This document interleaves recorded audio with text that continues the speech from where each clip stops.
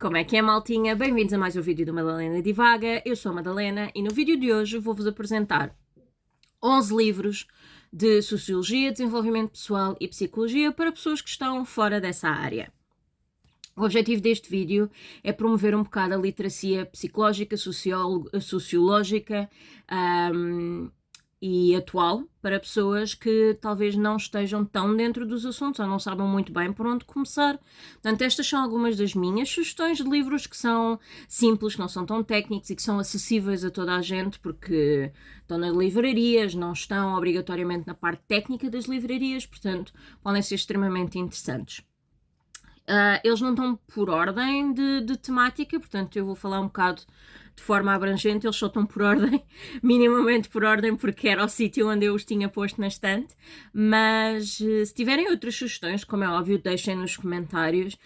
Eu eventualmente também vou fazer um vídeo sobre sugestões de saúde mental e problemas de sociedade a nível de não ficção, desculpem, a nível de ficção.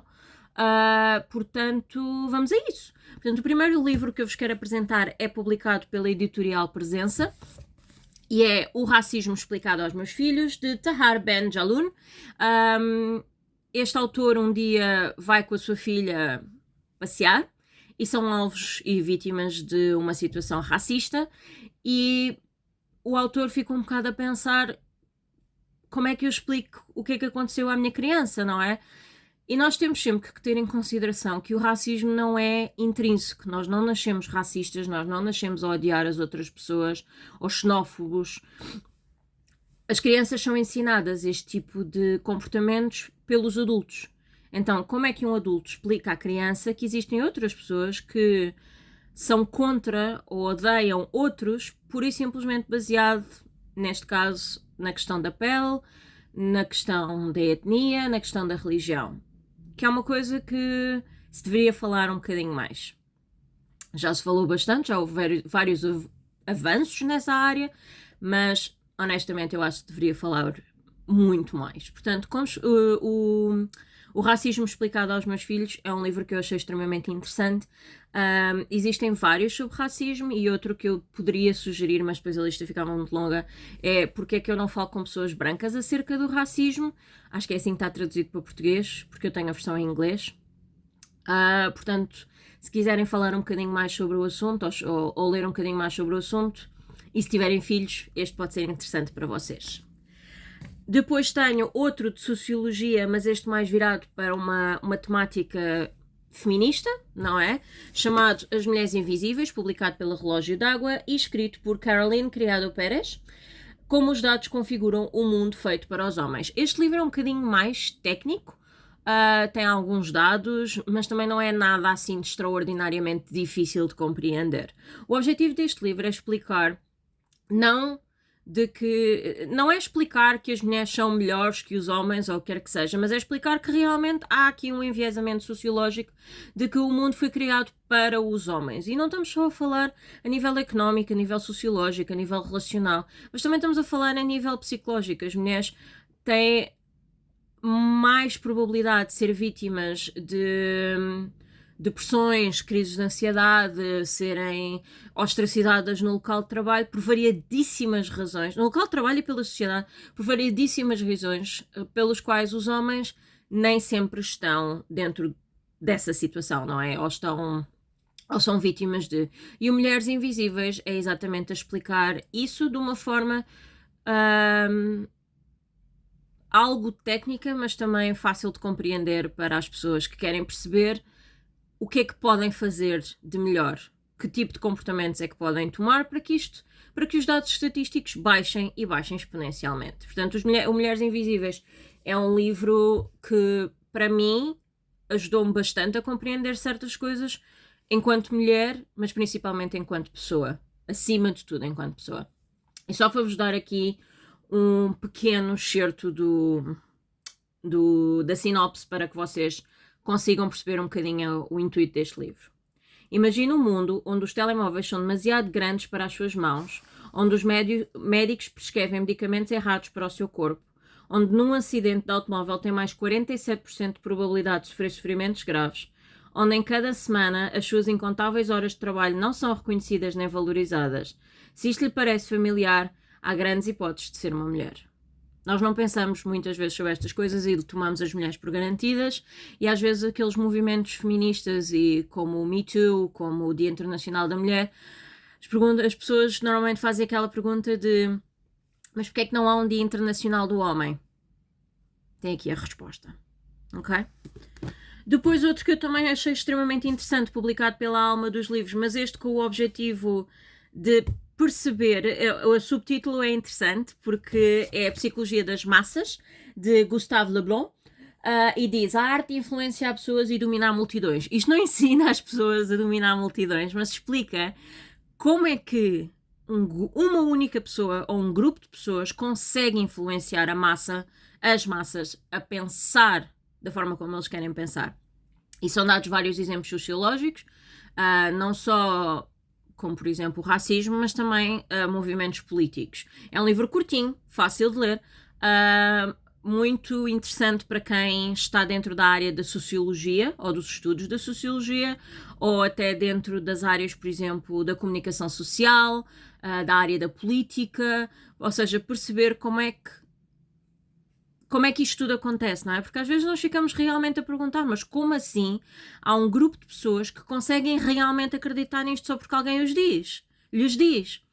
E não é só por uma questão de ser boa, da pessoa ou do grupo de pessoas serem bons comunicadores ou terem bons argumentos. Há um conjunto de pensamento coletivo. Um conjunto de pensamento coletivo não sou muito bem. Há um pensamento coletivo que influencia, não é? E em psicologia nós às vezes vemos isto em diferentes áreas da psicologia e também da sociologia. Nós vemos isto como, por exemplo, um exemplo muito básico ou muito rápido de explicar: o pânico em massa. Quando acontece algum desastre, por exemplo, ou alguém entra em pânico, não sei se lembram há uns anos atrás daquilo que aconteceu num festival, que houve um grupo de pessoas ou um conjunto de pessoas que entrou em pânico por alguma razão, e de um momento para o outro estava o festival inteiro em pânico e morreram centenas de pessoas atropeladas umas pelas outras. Portanto, como assim é que isto pode acontecer? Como é que um grupo de pessoas conseguiu influenciar o pânico nas outras? Claro que nesse festival estavam a acontecer uma série de coisas muito específicas e houve um conjunto de situações que influenciaram essas coisas mais específicas, mas como é que a psicologia de um conjunto de pessoas pode influenciar todo um outro conjunto de pessoas muito maior? Portanto, a Psicologia das Massas também é uma sugestão minha para quem quer ler uma coisinha rápida. Depois, de um ponto de vista mais de desenvolvimento pessoal, tenho um que eu estou constantemente a falar, que é o Guardar Depois de Escrever, o primeiro diário de escrita terapêutica em português, escrito pela doutora Ruth Agulhas e pelo doutor Pedro Aires Fernandes, os dois psicólogos e psicoterapeutas. Isto é um livro de exercícios de desenvolvimento pessoal para que a pessoa possa realmente utilizar isto como um diário e pensar-se a si própria. Ou seja, perceber o que é que se passa dentro da sua cabeça, o que é que se passa com as suas emoções, de uma forma que às vezes é um bocadinho mais fácil de descrever, porque aquilo que está aqui dentro é abstrato. Quando nós pomos em palavras, neste caso escritas, torna-se um bocadinho mais fácil de compreender. Nem sempre, mas torna-se um bocadinho mais fácil de compreender. Eu uso alguns exercícios destes como estratégias para aplicar em clínica e eu uso no ponto de vista mais pessoal, e tenho estado a fazer os exercícios deste livro e tenho-os achado bastante úteis. Ajuda-me a pensar, ajuda-me a refletir e ajuda-me a estar em contacto com partes de mim que se calhar a minha mente não me permite aceder com tanta facilidade, porque são muito intrusivos ou são muito dolorosos. E este livro não é a cura para tudo, como é óbvio, nenhum livro é a cura para, mas literacia nunca fez mal a ninguém, nomeadamente literacia emocional e psicológica. Os dois livros que vêm a seguir são do mesmo autor e estão os dois no PNL, portanto eu vou apresentá-los os dois ao mesmo tempo. Do mesmo autor, Matt Haig, temos o Razões para Viver, que é um livro sobre tirar o máximo partido de viver enquanto cá estamos. O Matt Haig sofre de problemas de saúde mental que o fizeram passar por situações muito graves de ideação suicida e tentativa de. Portanto, ele escreveu este livro como um conjunto de crónicas que, na opinião dele, o ajudaram a ultrapassar estas situações. Isto não é um livro sobre como curar pessoas que estão em estados depressivos, ok? Isto são um conjunto de crónicas que o autor foi escrevendo sobre a sua própria jornada na saúde mental e como é que certas coisas lhe fizeram perceber que há mais razões para viver do que razões para não viver. E depois temos O Mundo à Beira do Ataque de Nervos, que já tem o símbolozinho do ler mais, que explica, também é um conjunto de crónicas, que explica que a ansiedade neste momento, claro que existem pessoas que sofrem de ansiedade e torna-se uma perturbação muito grande, mas O Mundo à Beira do Ataque de Nervos é como explicar que a ansiedade tornou-se a doença do século, ou a perturbação do século, como a depressão, porque todos nós estamos à beira de um ataque de nervos. O mundo está demasiado rápido para aquilo que o nosso cérebro consegue processar e isto está a influenciar bastante a nossa saúde mental. Portanto, mais um conjunto de crónicas. É um livro para todas as idades. Não faz mal, lá está, PNL. Mas é um livro para todas as idades, mas que eu também considerei extremamente útil para perceber um bocadinho mais também sobre a minha própria ansiedade e como é que o mundo a influencia. Depois também vou apresentar agora 2 livros sobre relações parentais. O primeiro é da Philippa Perry, o livro que gostaria que os seus pais tivessem lido e que os seus filhos agradecem que leia também. Portanto, isto não só é sobre as relações com os nossos pais, mas também é a relação com os nossos filhos. Publicado pela Arena, que é uma chancela da Pinguim. É um livro muito útil para compreender aquilo que é viver em comunidade, nomeadamente a comunidade da nossa família. Como é que certos tipos de comportamentos geracionais e atitudes e valores ou ensinamentos geracionais influenciam a pessoa que nós somos hoje em dia, e depois quando somos pais e somos mães, como é que isso vai afetar a relação com os nossos filhos. Muitas das vezes nós não temos noção que estamos a repetir comportamentos que nos foram passados pelos nossos pais ou pelas nossas gerações anteriores. Mas a realidade é que isto vai acabar por influenciar a forma como nós nos damos com as gerações seguintes, porque nem sempre aquilo que nos é ensinado não só não está adequado com os tempos originais ou com os tempos atuais, como também influenciou de uma forma muito negativa a nossa própria saúde mental e a forma como nós nos relacionamos com os outros e com nós mesmos.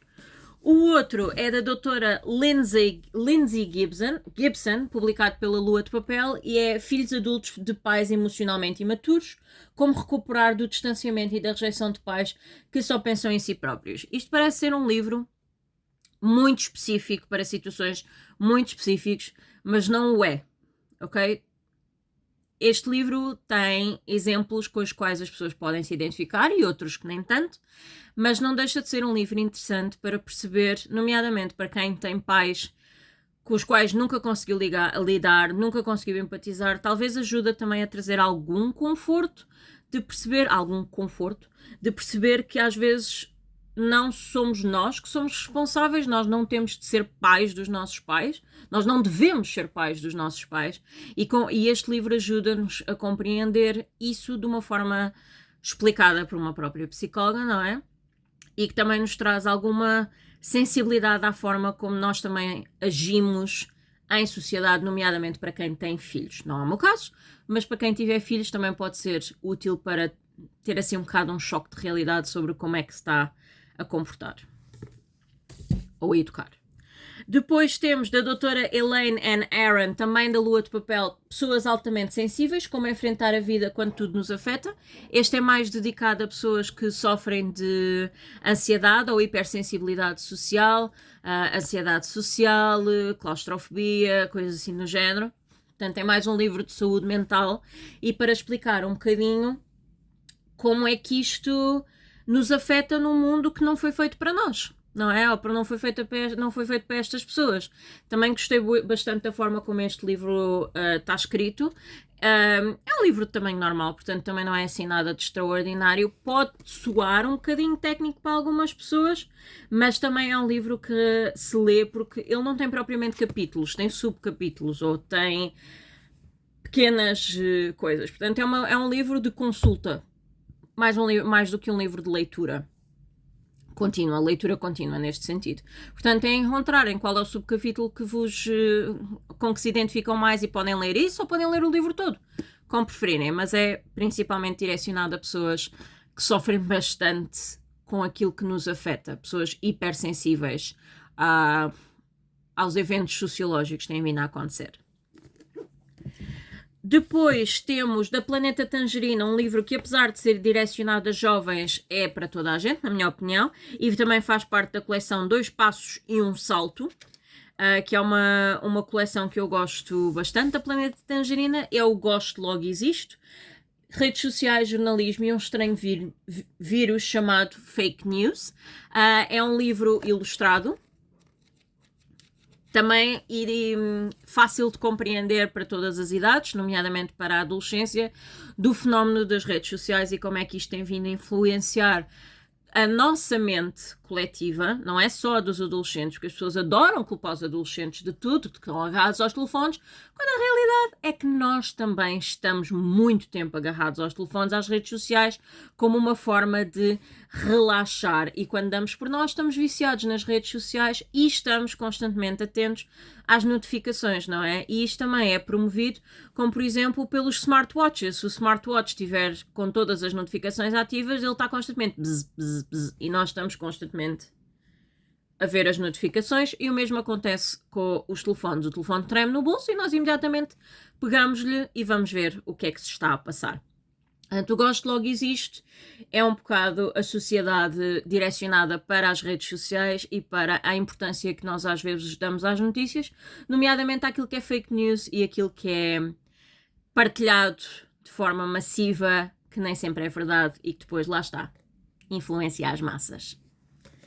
E por último, do psiquiatra Pedro Stretch, o psiquiatra Dr. Pedro Stretch tem uns livros que eu considero muito interessantes, não só de ensaios, mas muito relacionados com as relações familiares, mas neste caso, este é especificamente para adolescentes e jovens adultos, e é O Corpo é que Paga, a saúde física e mental dos nossos filhos. Apesar de poder ser lido por jovens e jovens adultos, este livro é mais direcionado para os pais e para certos fenómenos que talvez os pais não tenham tanto conhecimento do que é que se está a passar. É quase uma forma de explicar, não é de explicar, é mais de direcionar a atenção. Estejam mais atentos. A grande maioria dos adolescentes, quando sofre de problemas psicológicos, não é porque não contam aos pais, ou melhor, os pais não ficam a saber, não é porque não contam, porque os miúdos não contam aos pais, é porque às vezes os pais não estão atentos àquilo que está a acontecer porque ficam à espera que a informação lhes caia do céu, quando a realidade é que a comunicação empática e a escuta ativa também é feita em linguagem corporal e em linguagem ambiental, se isto fizer algum sentido. Portanto, O Corpo é que Paga, a saúde física e mental dos nossos filhos. E para vos ler um bocadinho da sinopse para perceberem, vivemos numa era em que a imagem é tudo, a padronização da beleza física assume um peso cada vez mais excessivo. Livros sobre dietas são os mais vendidos e aumenta a procura de cirurgias estéticas. O corpo tornou-se um objeto de culto a ser exposto e exibido em público. Mas o que acontece quando as crianças e os adolescentes veem esse mesmo corpo transformar-se com o crescimento e o convertem numa fonte de angústia? Como explicar o aumento de situações de depressão e ansiedade em idades cada vez mais precoces, ao mesmo tempo que os episódios de automutilação em crianças e jovens se tornam mais frequentes?